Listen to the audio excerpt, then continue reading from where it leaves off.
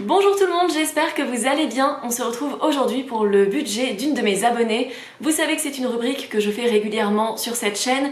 Le but c'est de voir un petit peu ce qui se passe chez les autres d'un point de vue budget, puisque c'est souvent un sujet tabou dont on ne parle pas assez. Et je trouve vraiment qu'en parlant, c'est comme ça qu'on peut vraiment découvrir si d'autres personnes fonctionnent de la même manière que nous, de manière différente, s'il y a des choses que les autres personnes font qui pourraient nous inspirer, si au contraire on est très content de ce que l'on fait mais que l'on veut juste savoir comment ça se passe ailleurs. Le but de ces vidéos, c'est pas de faire un tuto, c'est pas de dire que si vous avez le même salaire, il faudra que vous mettiez pareil de côté ou ce genre de choses. C'est pas non plus de se comparer, on a tous des revenus différents. L'argent est un sujet sensible et j'en suis bien consciente. Si jamais c'est un sujet qui est délicat pour vous, n'hésitez pas à changer de vidéo. Parce que je sais que parfois on n'est pas dans une situation où on a envie d'entendre combien les autres épargnent ou ce genre de choses, si actuellement la vie est difficile pour nous, et je le conçois totalement. Donc c'était pour faire un petit disclaimer avant de commencer. Nous allons donc parler du budget de Philomène. Philomène, elle a 33 ans, elle est enseignante depuis 10 ans en région parisienne, elle est en couple et depuis 2 ans ils ont acheté avec son compagnon une maison à crédit. Donc on va étudier un petit peu comment les dépenses sont gérées, etc. Il s'agira vraiment des dépenses, des revenus de Philomène, puisque son conjoint ne souhaitait pas avoir son budget qui apparaît sur les réseaux sociaux, ce que je comprends totalement.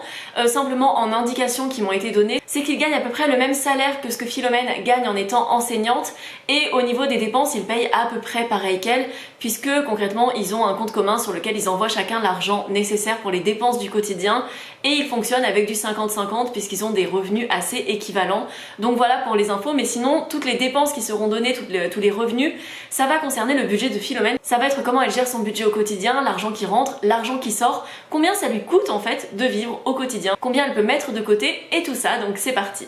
Donc au niveau de son revenu principal, il va s'agir de son salaire au lycée, donc en tant qu'enseignante, elle gagne 2382 € par mois, sachant qu'elle n'a pas passé l'agrégation pour le moment, mais que si un jour elle la passe, et si elle l'a, ça lui permettra d'avoir un bien meilleur revenu pour le même temps passé à enseigner. Et elle va aussi avoir des revenus à côté puisqu'elle travaille pendant les vacances scolaires, c'est avec l'accord de son employeur bien évidemment, parce que ça, c'est vrai qu'il faut toujours faire attention à ça, ça peut parfois être refusé de travailler en plus de son travail principal, mais donc dans son cas c'est autorisé. Elle travaille en centre de loisirs l'été, elle fait des projets pour le lycée en parallèle, et du coup ça lui permet en moyenne par mois de gagner 227 € de plus, même si ça implique pour elle de travailler bien plus que ce qu'elle pourrait juste travailler pour avoir son salaire de base. Elle va aussi donner des cours particuliers, donc là ça va lui rapporter 150 € par mois en moyenne, et en plus de ça elle l'a compté dans ses revenus, elle fait du covoiturage, ce qui lui permet de récupérer un petit peu de ce qu'elle dépense lorsqu'elle prend sa voiture pour certains trajets, et ça lui permet aussi de gagner la prime mobilité durable avec son établissement,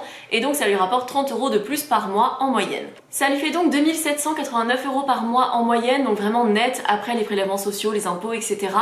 Et sachant que son conjoint gagne plus ou moins dans les mêmes eaux, on va dire, ça leur fait quand même un bon revenu de couple, ça les classerait plutôt dans les catégories aisées ou dans le haut de la classe moyenne, mais bien sûr en prenant en compte que les statistiques c'est pas forcément représentatif de la réalité, puisque par exemple en travaillant en région parisienne, ça fait que le coût de la vie est quand même parfois beaucoup plus élevé, et que comme on en parle souvent dans les vidéos, il n'y a pas que le revenu qui compte quand on parle vraiment de où on se situe en termes de richesse, puisque on va tous avoir des avantages et des inconvénients différents selon notre situation, et ça on en parlera un petit peu après dans la vidéo. Au niveau de ses dépenses, donc pour sa part de dépenses, elle va payer 578 € pour le crédit immobilier. Ils ont donc acheté il y a environ 2 ans une maison en faisant le choix de s'éloigner un petit peu de Paris, même si c'était pas forcément le plus simple en termes de transport, puisque par exemple ça les oblige à avoir une voiture et à faire environ 1 heure de route chacun pour aller travailler, donc forcément ça rajoute une certaine contrainte, mais ça leur permettait quand même de pouvoir avoir une maison plus grande, puisqu'ils ont comme projet d'agrandir leur famille plus tard, et c'était vraiment important pour eux d'avoir plus d'espace. Ils ont pu emprunter sur 25 ans avec un crédit à 1,9%, ce qui est très intéressant par rapport à ce que l'on trouve actuellement, même si il est possible que ça redescende dans le futur, enfin c'est très fluctuant avec le temps, mais en tout cas ils ont quand même eu un bon taux. Elle avait un apport de 20 000 € et ils ont acheté une maison à 285 000 € en comptant les frais d'agence, etc. Donc c'est quand même un bon prix, sachant que c'est quand même une grande maison de 130 mètres carrés sur une parcelle de 700 mètres carrés, donc c'est sûr que c'est bien plus intéressant que ce qu'ils auraient pu avoir en étant vraiment à Paris, sachant que dans tous les cas, beaucoup de gens, sans forcément s'éloigner autant, ont quand même pas mal de temps de transport pour aller travailler quand on habite en région parisienne, mais même généralement dans les métropoles, quand il faut prendre le RER ou le métro. Enfin, c'est quand même généralement assez chronophage, donc eux c'est un choix qu'ils ont fait pour leur qualité de vie, même si ça implique des sacrifices en termes de temps, même si ça coûte quand même de l'argent pour les déplacements et que c'est fatigant de faire tous ces trajets, mais pour autant ils sont quand même dans un village qui est très sympa, où il y a les commodités de base, ils ont un accès à la nature qui est très important pour eux, ils ont tous les deux grandi en HLM et c'était vraiment important pour eux d'avoir accès à cet espace et ça se comprend totalement. Ils avaient aussi besoin d'espace pour le fait que son conjoint a du matériel de chantier, etc. Donc il a besoin d'avoir de la place pour le mettre et que dans son cas, elle donne des cours particuliers en visio et que dans ce cas-là, il faut vraiment un bureau pour pouvoir travailler avec de l'intimité, que ça demande un petit peu de place et tout ça. Ils sont pas allés au maximum de leur capacité d'endettement. Pour eux, c'était important de pouvoir garder un petit peu de cette capacité pour pouvoir vivre déjà en dessous de leurs moyens, pour pouvoir mener leur vie sans avoir une trop grosse mensualité, pour pouvoir payer leurs travaux, etc. Mais aussi de garder de la capacité d'emprunt pour éventuellement investir pour du locatif. Et ils n'ont pas forcément choisi de faire ce qui se fait beaucoup parmi les personnes assez frugalistes, économes et que j'ai globalement fait, d'acheter d'abord petit pour aller petit à petit vers du plus grand, puisqu'ils n'avaient pas forcément la vingtaine et qu'ils avaient besoin d'avoir de la place pour accueillir un enfant s'ils en ont un, etc. Et que c'est vrai que notamment ce qu'on a fait avec Didier, le fait d'acheter un petit appartement pour vivre dedans, mettre beaucoup d'argent de côté, etc. c'est quand même plus facile quand on a peu de responsabilités, quand on n'a pas de personnes à charge, etc. Et donc je conçois totalement et je trouve que c'est un très bon plan de fonctionner comme ça aussi. En fait, on peut vraiment tous avoir quelque chose qui fonctionne pour nous et c'est pas parce qu'on fait quelque chose de totalement différent qu'une autre personne que l'autre méthode ne s'applique pas. Enfin, en fait, la meilleure méthode, c'est vraiment celle qui nous convient à chaque fois, qui fait qu'on peut ne pas être en difficulté, qui nous permet de nous investir dans nos projets, dans ce qui compte pour nous. C'est vraiment ça le principal et c'est toujours ça la meilleure méthode. Ensuite, pour les autres dépenses, ils vont avoir pour l'assurance du prêt, enfin elle va avoir puisque c'est sa part à chaque fois, 23,72 €. Il va y avoir ensuite pour la taxe foncière 70 €. Ensuite, en assurance habitation, 21 €. Éventuellement, elle cherche à regarder s'il n'y a pas moyen de trouver moins cher, puisque du coup ça doit faire, si son conjoint paye la même chose, 42 € pour le bien, donc ça c'est tellement variable. C'est vrai que c'est bien de comparer, de voir s'il n'y a pas moins cher, mais de quand même se renseigner sur les garanties, regarder le montant de la franchise, voir si ça peut être intéressant. Nous c'est quelque chose qu'on a renégocié, on payait quand même une assurance habitation qui était très chère, que l'on avait eu avec le crédit immobilier que l'on a fait. On devait la garder pendant un an, donc on l'a gardée pendant un an, et après on a changé pour bien moins cher. On est quand même passé, il me semble, de 48 € à 25 € à peu près, ce qui fait quand même une grosse économie sur l'année. Ça nous fait pratiquement 300 € d'économiser sur l'année sans rien faire, juste en ayant fait un coup de fil, en signant un contrat, et ça nous a permis de trouver une assurance avec les mêmes garanties, avec une franchise moins chère. Donc c'était intéressant pour nous, mais après ça dépend tellement des endroits en termes de prix, des spécificités de notre logement qu'on peut pas comparer d'une personne à une autre, mais on peut vraiment essayer de contacter différentes assurances. C'est sûr que ça prend un peu de temps, mais mine de rien, nous, le fait de changer d'assurance, c'est moi qui m'en suis occupée, je pense que j'ai passé quelques heures dessus et ça nous permet d'économiser 300 € par an. Ça veut dire que si par exemple on habite dans cet appartement pendant 10 ans, ça nous ferait économiser 3000 € juste parce que à un moment j'ai pris le temps de faire quelques appels, de remplir des mails, c'était un peu relou, moi j'aime pas l'administratif, mais malgré tout, c'était rentable. Ensuite, ils vont payer pour une alarme 24,50 € par mois. Ils ont pris ça parce qu'il y a eu des cambriolages dans le quartier. Ça, c'est sûr que c'est les dépenses qu'on aimerait tellement pouvoir éviter parce que c'est vraiment des dépenses pour éviter quelque chose qui est commis par d'autres humains. Donc c'est sûr que c'est toujours frustrant. C'est pareil, j'avais une abonnée qui m'envoyait régulièrement des actus de son budget. Elle avait commencé à mettre de l'argent de côté. Elle commençait à vraiment s'en sortir après une longue période où elle s'en sortait pas. Elle s'était acheté un vélo électrique pour remplacer sa voiture, etc. Elle avait mis plein de choses en place. Et elle s'est fait voler son vélo électrique et donc ça fait que son épargne avait pris des mois et des mois de retard parce qu'il fallait racheter un vélo. Et c'est sûr qu'il y a des situations comme ça qui sont très frustrantes dans la vie et très injustes aussi, mais malgré tout parfois on n'a pas le choix. S'il y a besoin d'avoir une alarme pour pouvoir éviter des dégâts bien plus importants, ça reste une dépense qui a totalement sa place. Ensuite, pour internet plus portable, elle en a pour 46 € par mois, sachant que son abonnement de portable est à 20,99 €. Potentiellement, elle pense aussi à réduire, c'est vrai que ça peut être un poste sur lequel on peut réduire. Au niveau de la box, je sais pas si c'est du coup 25 € pour la box ou si c'est le double, 50 € parce que il y a des prix très variables en termes de téléphonie. Dans tous les cas, il faut toujours regarder si ça capte chez nous, s'il y a des opérateurs qui sont mieux que d'autres, qui nous conviennent mieux, etc. Pour le portable c'est pareil, on trouve quand même beaucoup moins cher aujourd'hui, même si je trouve que les prix de la téléphonie ont bien augmenté. À un moment on avait des prix qui étaient tellement bas parce que tous les opérateurs se faisaient tellement de concurrence qu'ils mettaient les prix les plus bas possibles.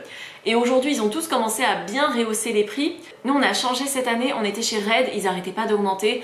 On a décidé de passer chez Bouygues. Et du coup, on paye moins cher, on verra. Si avec le temps ils augmentent, peut-être qu'on ira à nouveau chez quelqu'un d'autre. Mais en tout cas, c'est vrai que mine de rien, ça peut être de belles économies à l'année aussi. Parce que si on arrive à réduire de 5-6 euros par mois, ça peut permettre sur l'année d'économiser des dizaines et des dizaines d'euros. Et si le couple le fait, ça fait encore plus. Donc voilà, ça peut être intéressant. Ensuite, en gaz plus électricité, ils en ont pour 121 euros, en sachant qu'ils doivent refaire le toit et l'isolation. Ils sont éligibles à la prime rénovation pour ça. Ensuite, en gaz plus électricité, elle paye 121 euros par mois. Donc si c'est la moitié de ce qu'ils payent, ça veut dire que le couple paye à peu près 240 euros.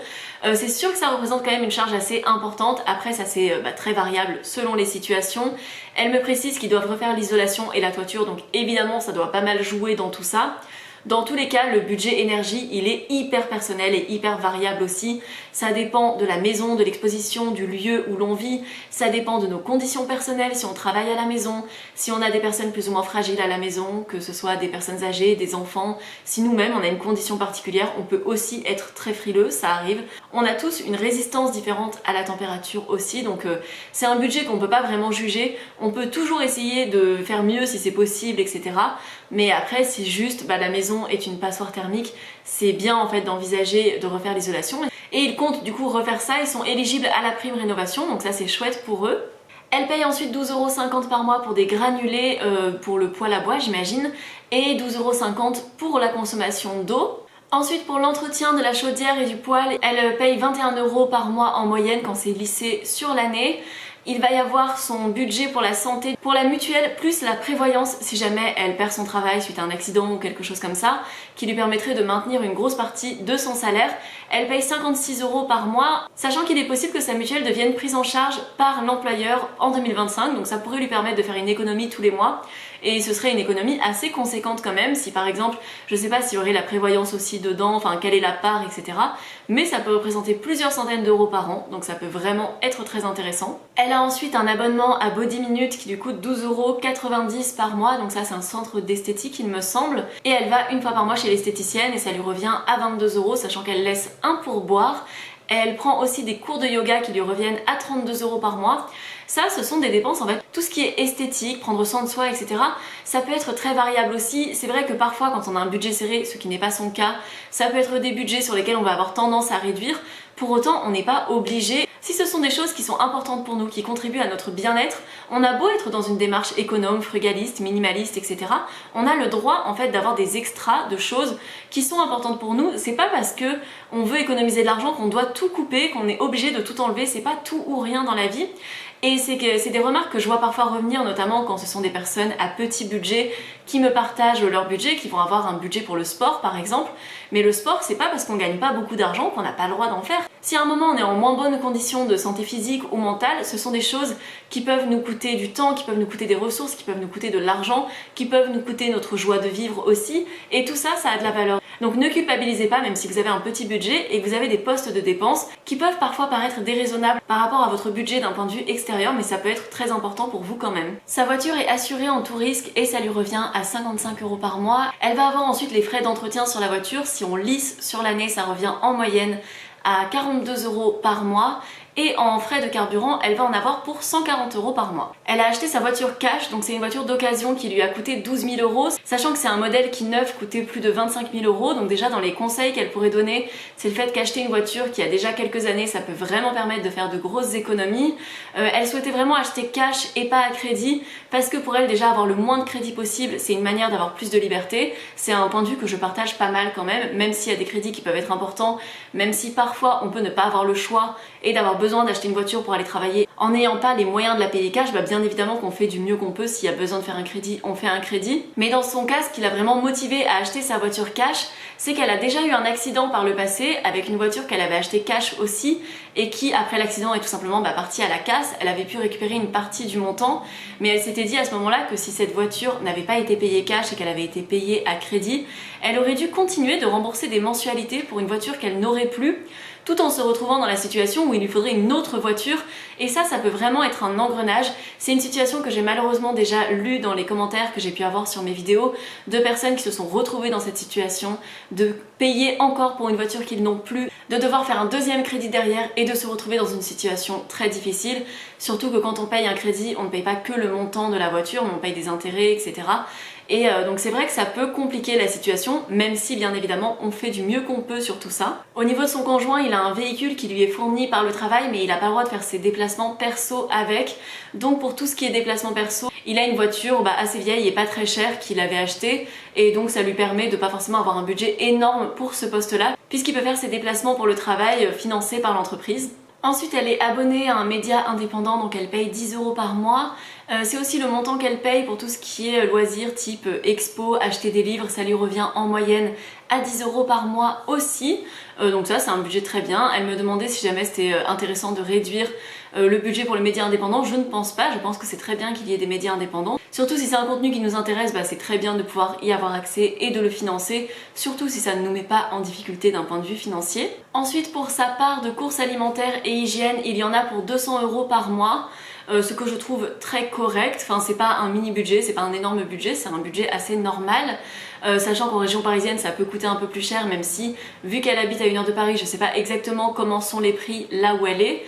Elle dépense ensuite en moyenne 100 € par mois dans tout ce qui est resto et j'imagine repas emportés à l'extérieur, enfin je sais pas si elle en prend exactement, mais en tout cas pour cette catégorie-là, elle dépense 100 €. Elle a donc un total de dépenses par mois de 1610 €, ce qui veut dire qu'elle a la capacité d'épargner 1179 € par mois. Elle envoie 50 € sur son plan épargne logement, c'est quelque chose dont je vous parlais dans une de mes dernières vidéos pour mes astuces pour mettre de l'argent de côté. Elle envoie également 100 € sur son assurance vie et 1000 € sur son livret A. Du coup ça laisse une petite différence de 29 € qui vont parfois lui servir pour des petites dépenses par-ci par-là, des petits extras, des imprévus, acheter un vêtement ou ce genre de choses, sachant qu'elle en achète très peu, donc ça reste dans cette petite marge là d'un peu moins de 30 €. Ce qui lui fait donc un taux d'épargne de 41% de ce qu'elle gagne chaque mois, ce qui est absolument énorme. En fait, ça permet de faire énormément avancer ses projets d'épargne quand on a une grosse capacité d'épargne, ce qui bien évidemment n'est pas donné à tout le monde non plus, mais en tout cas dans sa situation, par les choix qu'elle a fait, parce qu'elle a mis en place, ça lui permet de se dire que chaque mois, en fait, en travaillant, etc., il y a 41% du travail qu'elle a donné sur ce mois-là qui peut lui servir pour plus tard. En tout cas, moi, c'est souvent comme ça que je vois vraiment l'épargne. C'est en fait du temps de travail que je donne maintenant pour plus tard, pour potentiellement ne pas avoir à le faire plus tard ou pour pouvoir moins stresser plus tard. Et alors que si par exemple on vit sur 100% de ce que l'on gagne, on travaille pour financer notre mode de vie actuel. Ça veut pas dire qu'il faut pas le faire, ça veut pas dire qu'on est coupable de quelque chose si c'est ce que l'on fait, parce que évidemment qu'on fait en fonction de nos possibilités, que si on gagne 1000 € par mois, ça va être quand même vachement plus compliqué d'épargner 40% de ce que l'on gagne. Mais en tout cas dans sa situation, c'est vraiment génial qu'elle arrive à faire ça, sachant qu'en plus de ça, dans ce qu'elle dépense et qui n'est pas compté dans le taux d'épargne, il y a aussi son remboursement de crédit immobilier qui est une forme d'épargne, puisque dans le crédit on rembourse les frais de notaire, les frais d'agence, on va payer les intérêts aussi bien évidemment, l'assurance et tout ça, mais il y a une grosse partie qui sert tout simplement à augmenter notre capital. Si à un moment on doit revendre notre bien, cette part elle nous appartient en fait. C'est de l'argent qu'on récupère d'une certaine manière, sans compter le fait que notre logement peut prendre de la valeur, etc. Donc elle a quand même une énorme capacité d'épargne et une énorme capacité d'enrichissement sur le long terme. Au niveau de leurs dépenses, ça ne compte pas tout ce qui est dépenses pour les vacances ou pour les cadeaux, ça elle ne budgétise pas forcément pour ça.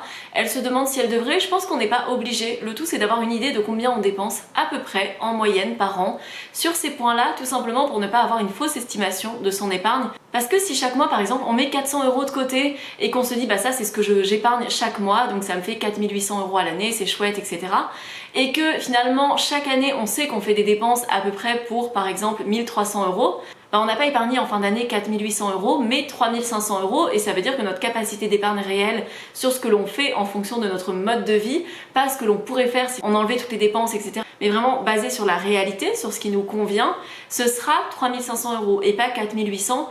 Et donc c'est pour ça que je trouve que ça peut être intéressant juste d'avoir une idée de tout ça, pour pas avoir une idée un peu biaisée dans nos calculs et se dire mais je comprends pas, j'arrive pas à avoir autant de côté que ce que je prévois. Sinon on peut très bien ne pas forcément budgétiser tout ça pour les mois et juste au moment où ça arrive, sortir l'argent dès qu'il y en a besoin.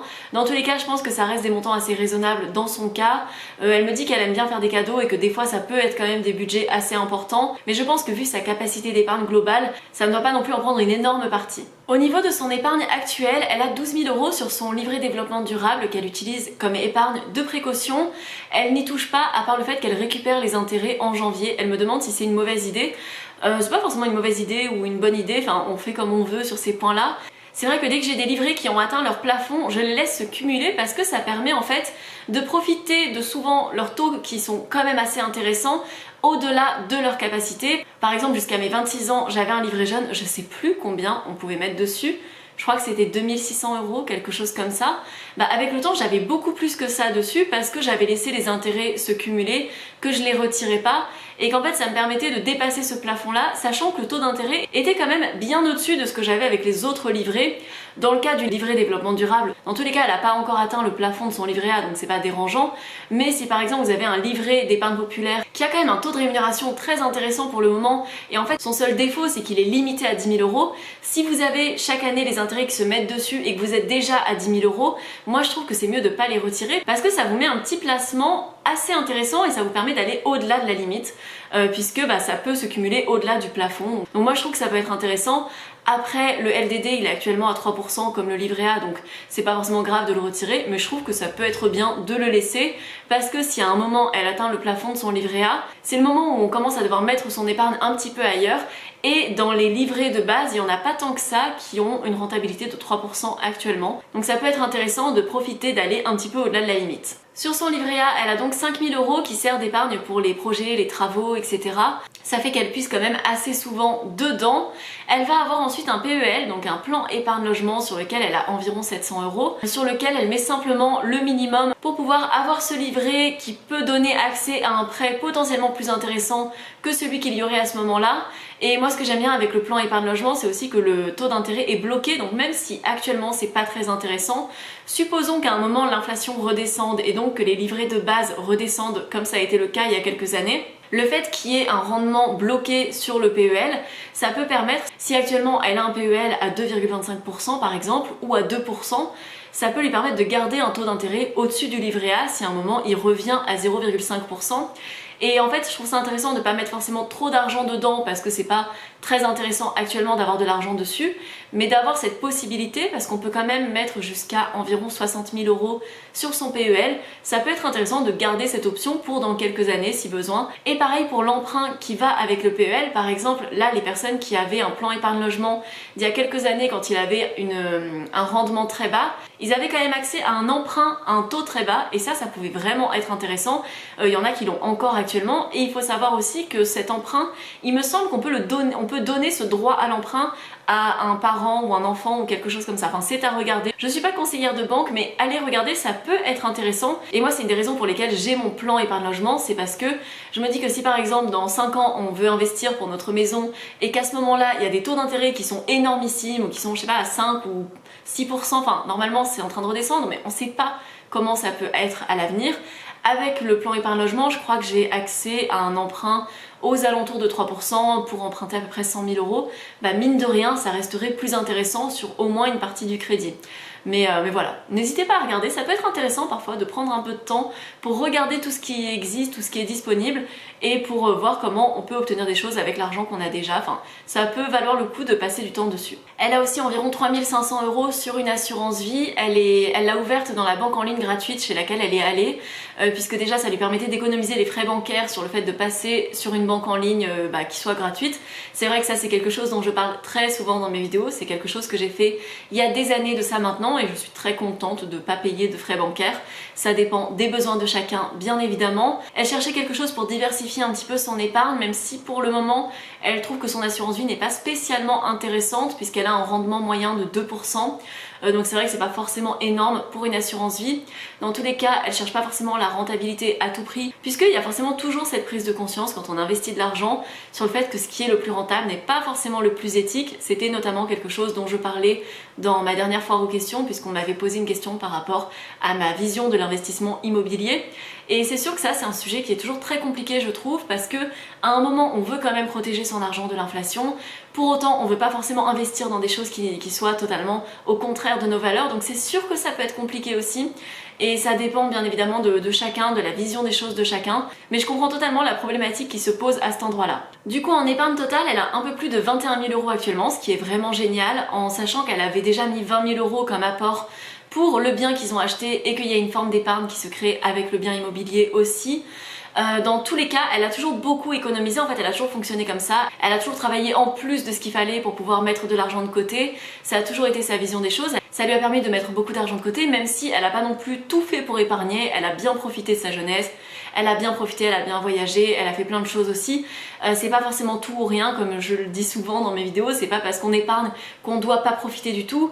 Parfois on peut avoir des moments aussi où on a envie de plus épargner quitte à sacrifier des choses, des fois on n'a pas envie de faire des sacrifices, c'est à voir selon chacun. Une des raisons aussi qui fait qu'elle épargne beaucoup d'argent, c'est parce que elle et son conjoint, ils viennent de familles modestes, son conjoint d'une famille encore plus modeste que la sienne, et donc en fait, beaucoup de personnes vont avoir des filets de sécurité auprès de leur famille, si jamais ils se plantent dans un projet ou ce genre de choses, mais dans leur cas, ils ont quand même pas mal de pression par rapport au fait que c'est eux les filets de sécurité de leurs proches, et que du coup ils veulent aussi épargner pour si jamais il y a un problème. Elle s'inquiète par exemple pour les vieux jours de ses parents et c'est pour ça qu'en fait on peut pas forcément tout déterminer par leurs revenus, parce que certes ils ont quand même de bons revenus, des revenus qui les placent probablement parmi les 30% des Français qui gagnent le mieux, mais ça veut pas forcément dire qu'ils ont la meilleure sécurité financière possible, parce que forcément sur ça, des fois il va y avoir des gens qui vont avoir de petits revenus ou qui vont avoir des carrières assez fluctuantes, etc.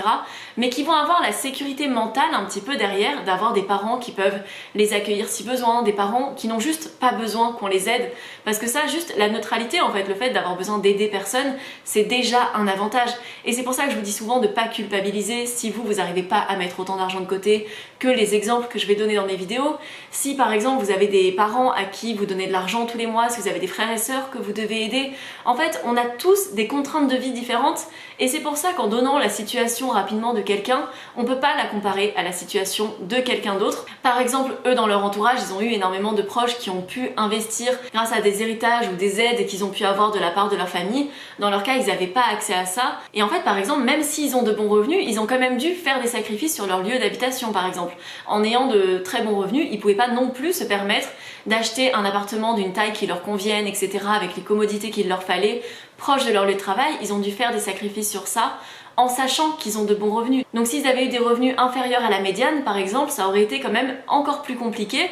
Et c'est vrai que ça a fait se poser la question, et notamment elle est assez engagée politiquement sur le fait que parfois c'est pas normal que des personnes travaillent à plein temps et ne puissent pas se permettre de se loger correctement, ce qui n'est pas leur cas, puisque même s'ils ont dû faire des sacrifices, ils ont un bon logement, mais ils ont de bons revenus. Qu'est-ce que ça donne pour des personnes qui auraient de plus petits revenus et qui auraient besoin de se loger? Donc évidemment que ça amène à se poser des questions aussi. C'est quelque chose de très important pour moi aussi, sur ma chaîne aussi, dont j'aime parler, c'est que c'est pas parce qu'on fait en sorte de construire son avenir individuellement, on va dire, en mettant de l'argent de côté, en anticipant sa retraite ou en façonnant ses projets futurs, que l'on estime que ça devrait être la norme, qu'il faut pas se battre pour préserver nos droits, etc.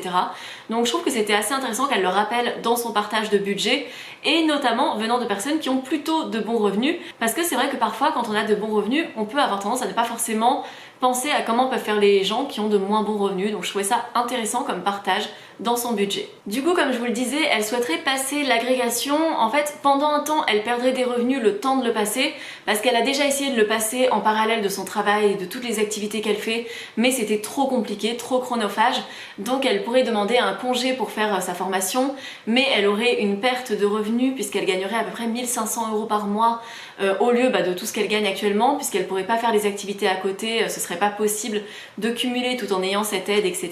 Mais donc ce serait un sacrifice financier pendant le temps de passer la formation et d'obtenir l'agrégation.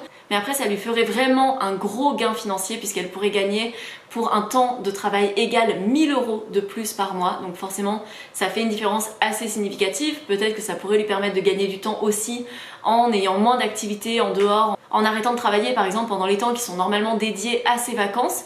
Mais donc ça c'est clair que ça pourrait être un gros projet, même si ça ferait que pendant un temps elle gagnerait moins d'argent. Ils ont décidé d'attendre pour faire un enfant aussi, pour avoir une situation financière qui puisse passer.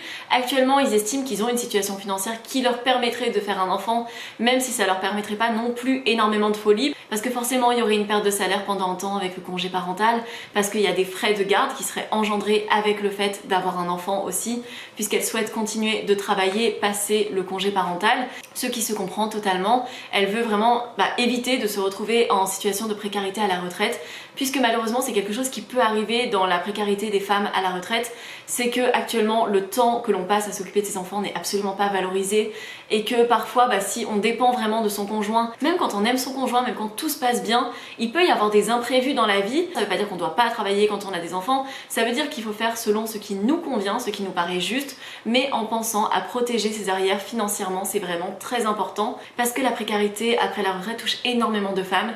À travers mon métier, j'ai énormément de retours de femmes retraitées qui ont des situations financières très compliquées, d'hommes aussi bien évidemment, mais il va y avoir cet aspect évidemment au niveau de faire des enfants, ce que ça peut nous coûter si on arrête de travailler, etc.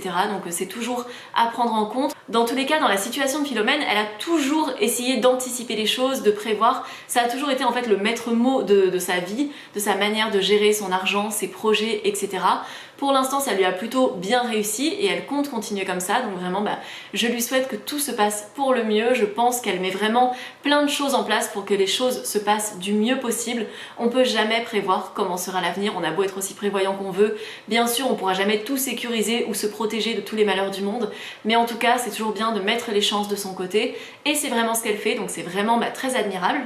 Du coup, au niveau des projets sur 2024-2025, ce serait de passer l'agrégation. Ce serait plus ou moins suivi du projet bébé. Ils aimeraient faire les travaux sur la maison, sur l'isolation, etc. en 2027-2028. Et ce qu'ils aimeraient vraiment, c'est avant 2030, pouvoir investir pour une résidence secondaire, donc un chalet à la montagne, qui pourraient à la fois utiliser pour leurs vacances, mais également pour le mettre en location. Ils ont une capacité d'emprunt pour cela de 106 000 € en prenant en compte leurs revenus actuels, mais ils ont vu qu'il y en avait dans les 50 000, 70 000 €. Ils aimeraient plutôt se diriger vers ça, et en fait ils veulent pas aller au maximum de leur capacité d'emprunt parce qu'ils restent très prudents sur tout ça. Donc après il faut regarder au niveau des modes de location qui sont possibles, au niveau du bien, s'il est bien situé, si par exemple il est aux normes, etc. Mais vraiment au niveau du mode de location, quand on n'est pas sur place, il faut vraiment se renseigner. Nous par exemple, on a un bien à la montagne, on a acheté un studio il y a quelques années que l'on n'a pas payé très cher, on l'avait payé 31 500 € parce que c'est un petit studio et on l'utilise surtout pour nos vacances à nous et pour nos proches, mais il coûte un tout petit peu d'argent à l'année qu'on rentabilise en le louant. Dans notre cas, on n'est pas passé par un gestionnaire parce que ça coûtait quand même pas mal d'argent et que c'était pas forcément la démarche qu'on avait envie d'avoir. On voulait pouvoir profiter du bien autant qu'on voulait un peu, et que si je sais pas, j'ai une amie qui me dit qu'elle va passer là-bas, qu'elle aimerait bien passer 2-3 nuits dans l'appart, qui soit un peu disponible tout le temps, et juste qu'à date fixe, à des moments où c'est assez rentable, on le loue juste une semaine par-ci par-là. Nous on l'a mis en autogéré, donc ça veut dire que les gens font leur ménage en partant, que ils amènent leurs draps, etc., leurs serviettes de bain. Le logement, on le loue pas cher du tout parce que ça contrebalance un peu le fait que nous, on ait moins de choses à gérer, mais malgré tout, ça nous demande de la charge mentale, enfin surtout à moi, parce que pour le coup c'est moi qui travaille de la maison, sachant que Didier est en entreprise, donc il peut pas se permettre de décrocher le téléphone pour répondre parce que quelqu'un ne trouve pas la résidence ou a un problème avec la télécommande ou quelque chose comme ça. Enfin, il y a toujours des choses. Dès que vous avez des locataires, il y a toujours des choses à gérer. Et on peut passer par un gestionnaire, mais ça peut coûter plus d'argent aussi, donc c'est toujours à évaluer. Mais c'est vrai que souvent quand on pense à la location, on pense pas forcément au travail que ça demande en plus. C'est vrai que pendant un temps avec Didier, on envisageait d'acheter plusieurs biens, de les mettre en location, etc. En ayant fait l'expérience, c'est très bien, c'est rentable, globalement c'est quand même une expérience assez rentable, mais c'est beaucoup plus de travail que ce qu'on peut penser. Donc je pense que c'est toujours quelque chose sur lequel il faut réfléchir, même si on est très content des biens que l'on a. Le bien à la montagne, moi je suis très contente de l'avoir. Il y a des fois ça fait de la charge mentale, ça peut être un peu contraignant à gérer, mais en tout cas à chaque fois qu'on est là-bas, on est super content d'y avoir accès. Et voilà, ça nous fait un bien fou, mais c'est toujours à réfléchir. En tout cas, ils ont vraiment de super projets et le budget de Philomène était très intéressant. J'espère qu'il aura pu vous plaire aussi. N'hésitez pas à partager vos impressions en commentaire, bien sûr, en toute bienveillance, comme toujours. Le but, c'est pas d'exposer la personne qui partage son budget à la critique. Si ça vous a amené des choses, tant mieux. Si c'est quelque chose dans lequel vous vous reconnaissez pas forcément, bah c'est pas grave. Il y a d'autres budgets sur ma chaîne aussi, si vous voulez trouver des situations qui vous ressemblent plus. Merci encore à Philomène d'avoir partagé tout ça avec moi, avec vous. Et si la vidéo vous a plu, n'hésitez pas à mettre un like, ça permet vraiment de soutenir mon travail. Vous pouvez aussi vous abonner à ma chaîne, je poste des vidéos tous les 5 jours en moyenne. Vous pouvez me retrouver aussi sur Instagram, c'est Mûre et Noisette également, j'ai aussi un podcast. Et voilà, c'est tout pour moi, on se retrouve dans environ 5 jours pour une nouvelle vidéo. Et moi je vous fais de très gros bisous. Ciao ciao!